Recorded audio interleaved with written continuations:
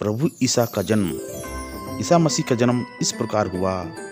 उनकी माता मरियम की मंगनी यूसुफ से हुई थी, परंतु ऐसा हुआ कि उनके एक साथ रहने से पहले ही मरियम पवित्र आत्मा से गर्भवती हो गई। उसका पति यूसुफ चुपके से उसका परित्याग करने की सोच रहा था, क्योंकि वह धर्मी था और मरियम को बदनाम नहीं करना चाहता था। वह इस पर विचार कर ही रहा था कि उसे स्वप्न में प्रभु का दूत यह कहते हुए दिखाई दिया, यूसुफ, दाऊद की संतान, अपनी पत्नी मरियम को अपने यहाँ लाने से नहीं डरें, क्योंकि उनके जो गर्भ है वह पवित्र आत्मा से है।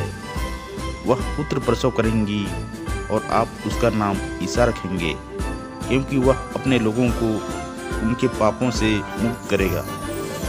यह सब इसलिए हुआ कि नबी के मुख से प्रभु ने जो कहा था वह पूरा हो जाए। देखो, एक कुमारी गर्भवती होगी और पुत्र प्रसव करेगी और उसका नाम इमानुएल रखा जाएगा, जिसका अर्थ है ईश्वर हमारे साथ है। यूसुफ नींद से उठकर प्रभु के दूत की आज्ञा अनुसार अपनी पत्नी को अपने यहाँ ले आया। यूसुफ का उससे तब तक संसर्ग नहीं हुआ जब तक कि उसने पुत्र प्रसव नहीं किया, और यूसुफ ने उसका नाम ईसा रखा। प्रभु ईसा का जन्म।